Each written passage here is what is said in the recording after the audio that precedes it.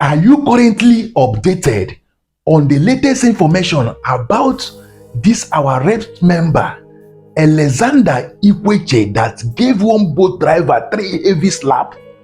If you are not currently updated on the current information, you have to watch this video, because one TVC news journalist have released a lot of information about the current update, and I would also like you to share this video so that other Nigerians who have not come across this very update can still listen to waiting I dey hear for this very video.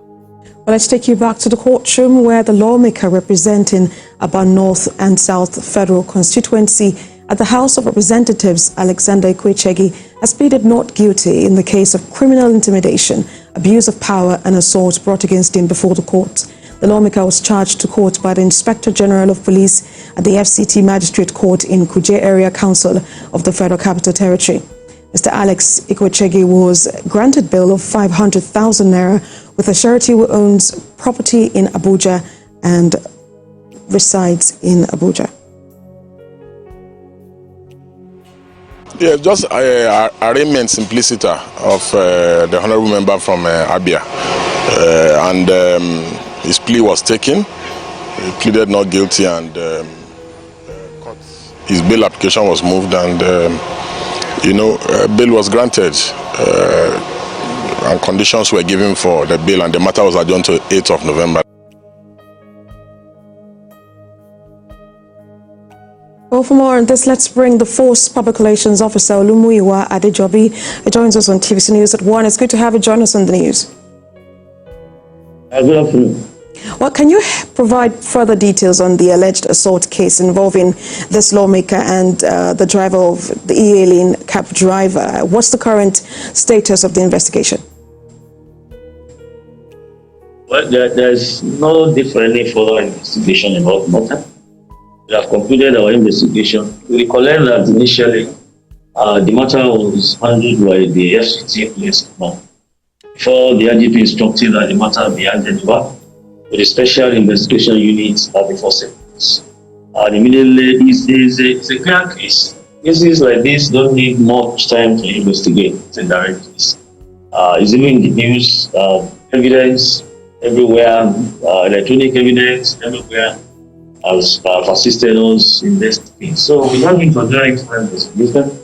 A matter has been charged to court, and I think the court will decide. That's why we have taken the case to court. We can't take decision on our own. But what I think we should do as Nigerians is to make sure we respect people's dignity, respect our fundamental human rights, and we treat ourselves as brothers and sisters in this country. So for people who have public offices like myself, we need to always control our anger, our temperament, so that we'll not be having issues like this. Of course, it's avoidable. It's quite unfortunate. I know by now we're having many cases. This is not short term. We're having similar cases of what the Honorable has done, and people always learn from their mistakes. Michael Cicero said the only thing history teaches a man is a man fails to learn from history itself. But I think for us, we should be able to learn from our mistakes and learn from people's mistakes. I know many people have learned from this. Now you are a big man, a no man, an average man in Nigeria. It's a lesson to all of us. So we want to encourage our people. Let us love ourselves as brothers and sisters in Nigeria. Let us respect people's dignity. Let us respect people's fundamental human rights. And for dropping the name of the IGP, it's not too good. People should stop using the name of the Inspector General of Police or any hierarchy officer of the police to intimidate or harass any Nigerian. We will not take that, and that is not too good.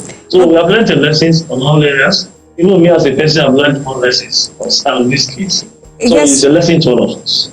Yes, but the boat driver had alleged harassment by some of your officers. I don't know if your investigation included some of these allegations, and if some of your officers were found culpable, and if they were found guilty, what actions would be taken against them? The Commissioner of Police, ECP, Jisu is handling that aspect. That's another aspect entirely.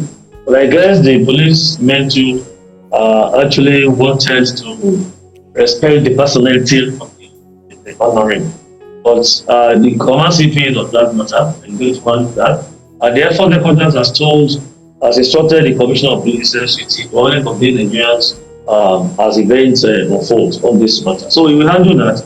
But generally, the matter has gone to court. I don't want to dwell on that. We have concluded our investigations. The case has been taken to court. So let's leave it for court to decide. We do a follow-up on both ends. Also, some critics will say that the police response was a bit delayed and was just prompted by social media attention.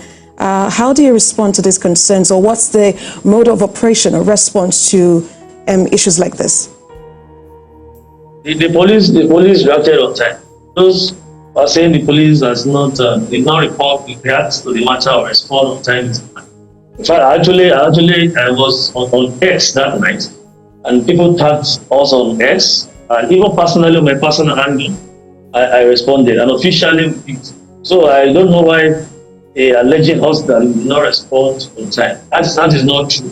For those who follow us on social media, they know we responded on time, and that's why the Commissioner of Police personally was involved. The Honorable was summoned immediately, was invited to the office of the Commissioner of Police, and I have pictures of where the CP personally engaged the Honorable and granted him bail. It's a very offense, and the following day reported, as he reported to the headquarters, command headquarters, they sent him to SIU headquarters here in front of the force headquarters. So we didn't delay our response, and we have done what we should.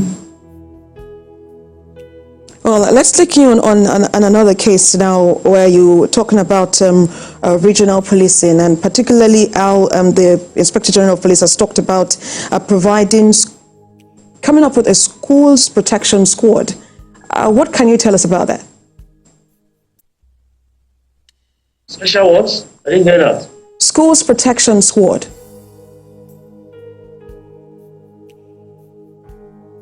Sorry, I have a problem with the audio here. I was asking you, I don't know if you can still hear me. I was asking about what is the latest on regional policing. We've had calls over and over again about how important it is for us to have state police, regional police, and talk to us about what's the latest. You're still on that track. The state police and regional, well, that is a matter, the constitutional matter.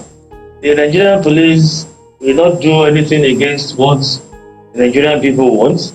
If today there's a law that we should have state police, so be it. We don't have any choice. The NDP has made it clear that we are not against that. But the only thing he said is, if at all we want to have state police, we should be able to define what we want and how we're going to operate, so that it's not going to be counterproductive. People have fears, and there are so many fears concerning the creation of state police.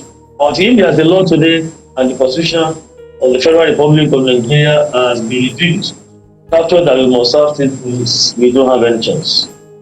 Force Public Relations Officer Olumuyiwa Adejobi, thank you so much for speaking with us on TVC News.